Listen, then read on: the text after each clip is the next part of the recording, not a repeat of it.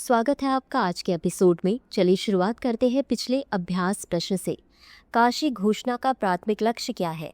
ए. पर्यावरण जागरूकता को बढ़ावा देना। बी. नशीली दवाओं के बारे में जागरूकता और वर्ष 2047 तक नशा मुक्त समाज की दिशा में काम करना। सी. राजनीति में युवाओं की भागीदारी बढ़ाना। डी. भारत में पारंपरिक आध्यात्मिक प्रथाओं को बढ़ावा देना। इस प्रश्न का सही उत्तर है विकल्प बी। चलिए देख लेते हैं इसके विश्लेषण को। काशी घोषणा का उद्देश्य नशीली दवाओं के दुरुपयोग को एक सार्वजनिक स्वास्थ्य संकट के रूप में संबोधित करना और वर्ष 2047 तक भारत में एक नशा मुक्त समाज की दिशा में कार्य करना है। अतः विकल्प बी सही है। अगर आप भी कर रहे हैं एसएससी की तैयारी तो जुड़िए दृष्टि आईएएस की नई पहल दृष्टि एसएससी से, जहां आपको मिलेंगी free live classes, PYQs, demo classes, notification videos और स्ट्रैटेजी। तो अभी सब्सक्राइब करें दृष्टि एसएससी। डिस्क्रिप्शन में दिए गए लिंक पर जाकर चैनल को सब्सक्राइब करें। शुरुआत करते हैं आज के एपिसोड की पहले प्रश्न से। काशी घोषणा पत्र में प्रस्तावित संयुक्त राष्ट्रीय समिति की क्या भूमिका है? ए. नशीली दवाओं के पुनर्वास कार्यक्रमों को वित्त पोषित करना। बी. बहुमंत्रालय समन्वय सुनिश्चित करना और प्रगति पर नजर रखना। सी. नशीली दवाओं की तस्करी के संचालन की निगरानी करना। डी. नशीली दवाओं के पुनर्वास केंद्र बनाना। इस प्रश्न का सही उत्तर है विकल्प बी। चलिए देखते हैं इसके विश्लेषण को। काशी घोषणा पत्र में प्रस्तावित संयुक्त राष्ट्रीय समिति का उद्देश्य बहुमंत्रालय समन्वय पर ध्यान केंद्रित करना, जवाबदेही सुनिश्चित करना तथा नशीली दवाओं के दुरुपयोग के विरुद्ध लड़ाई में प्रगति पर नजर रखना है। अतः विकल्प बी सही है। अगला प्रश्न है, आदि कर्मयोगी पहल की दूसरी क्षेत्रीय प्रक्रिया प्रयोगशाला कहाँ शुरू की गई? ए. नई दिल्ली, बी. भोपाल, सी. लखनऊ, डी. मुंबई। इस प्रश्न का सही उत्तर है विकल्प बी भोपाल। चलिए देखते हैं इसके विश्लेषण को। जनजातीय मामलों के मंत्रालय द्वारा आदि कर्मयोगी पहल की दूसरी क्षेत्रीय प्रक्रिया प्रयोगशाला भोपाल में शुरू की गई है। अतः विकल्प बी सही है। अगला प्रश्न है, उत्तर प्रदेश में समर्थ पोर्टल का प्राथमिक उद्देश्य क्या है? ए.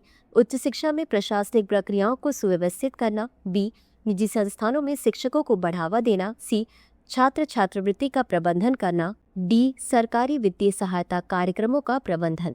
इस प्रश्न का सही उत्तर है विकल्प ए। चलिए देखते हैं इसके विश्लेषण को। समर्थ पोर्टल को उत्तर प्रदेश सरकार द्वारा उच्च शिक्षा संस्थानों में प्रशासनिक प्रक्रियाओं को सुव्यवस्थित करने हेतु लागू किया गया है।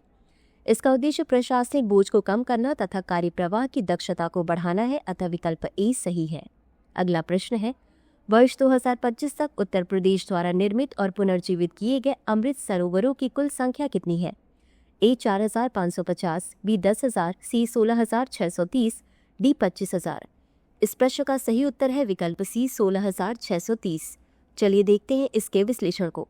उत्तर प्रदेश ने 16,630 अमृत सरोवरों का निर्माण और पुनरुद्धार किया है, जो मूल लक्ष्य 5,550 का लगभग 3 गुना है। अतः विकल्प सी सही है। अगला प्रश्न है, मिशन अमृत सरोवर कब शुरू किया गया था? ए. 15 अगस्त 2022, बी. 24 अप्रैल 2022, सी. 10 अक्टूबर 2022, डी. 26 जनवरी 2023। इस प्रश्न का सही उत्तर है विकल्प बी 24 अप्रैल 2022। चलिए देखते हैं इसके विश्लेषण को। मिशन अमृत सरोवर 24 अप्रैल 2022 में शुरू किया गया था। इसका उद्देश्य प्रत्येक जिले में 75 अमृत सरोवर बनाना या उनका पुनरुद्धार करना है। अतः विकल्प बी सही है। अगला प्रश्न है, निर्मित अमृत सरोवरों की संख्या के मामले में कौन सा राज्य दूसरे स्थान पर है? ए. मध्य प्रदेश, बी. छत्तीसगढ़, सी. बिहार, डी. हरियाणा। इस प्रश्न का सही उत्तर है विकल्प ए मध्य प्रदेश।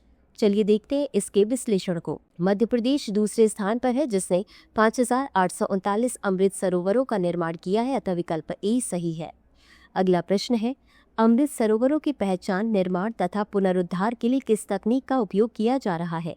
ए. Satellite imagery, B. Geo spatial data और तकनीक, C. Artificial intelligence, D. Blockchain तकनीक। इस प्रश्न का सही उत्तर है विकल्प बी जियो स्पेशियल डाटा और तकनीक। चलिए देखते हैं इसके विश्लेषण को। अमृत सरोवरों की पहचान, निर्माण तथा पुनरुद्धार के लिए जियो स्पेशियल डाटा और तकनीक का उपयोग किया जाता है। अतः विकल्प बी सही है। अगला प्रश्न है, हरियाणा की पहली जलवायु परिवर्तन अध्ययन प्रयोगशाला कहाँ स्थित है? ए. गुरुग्राम, बी. पंचकुला, सी. चंडीगढ़, डी. हिसार। इस प्रश्न का सही उत्तर है विकल्प बी पंचकुला। चलिए देखते हैं इसके विश्लेषण को। हरियाणा की पहली जलवायु परिवर्तन अध्ययन प्रयोगशाला पंचकुला के थापली प्रकृति और इको टूरिज्म केंद्र में स्थित है, अतः विकल्प बी सही है। इसी के साथ अंत में देख लेते हैं आज के अभ्यास प्रश्न को। हरियाणा में जलवायु परिवर्तन अध्ययन प्रयोगशाला को कौन सा संगठन समर्थन देता है? ए संयुक्त राष्ट्र पर्यावरण कार्यक्रम, बी जर्मन अंतर्राष्ट्रीय सहयोग, सी विश्व वन्यजीव कोष, डी अंतर्राष्ट्रीय अक्षय ऊर्जा एजेंसी। इस प्रश्न का उत्तर कमेंट बॉक्स में जरूर दें। आज के लिए बस इतना ही। धन्यवाद। डियर व्यूअर्स, अपने एग्जाम की तैयारी को और बेहतर करने के लिए हमारे चैनल को लाइक, शेयर और सब्सक्राइब करना न भूलें।